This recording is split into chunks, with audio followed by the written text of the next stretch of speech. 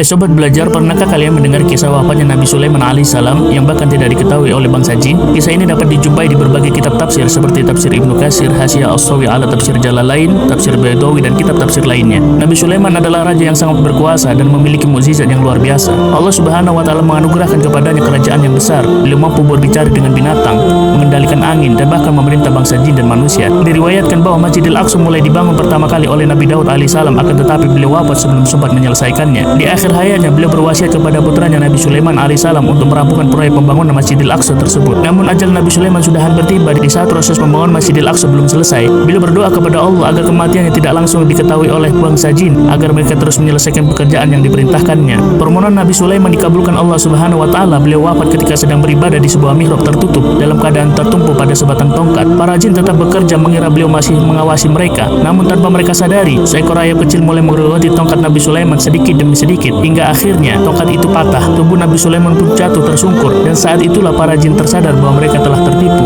Mereka pun berkata, sekiranya kami mengetahui yang gaib, tentu kami tidak akan terus berada dalam siksaan yang menghinakan ini. Allah Subhanahu wa taala berfirman, ketika telah kami tetapkan kematian Sulaiman, tidak ada yang menunjukkan kepada mereka kematian itu kecuali rakyat yang memakan tongkatnya. Ketika itu dia telah tersungkur. Jin menyadari bahwa sekiranya mengetahui yang gaib, tentu mereka tidak berada dalam siksaan yang menghinakan. Kisah ini menjadi bukti bahwa tidak ada satupun makhluk yang mengetahui perkara gaib kecuali atas izin Allah. Kisah Nabi Sulaiman adalah pelajaran bahwa bahkan makhluk sekuat jin pun memiliki batas pengetahuannya. Maka kita sebagai manusia harus senantiasa bertawakal kepada Allah Sang Maha Pemilik ilmu dan kehidupan. Wallahu a'lam bishawab.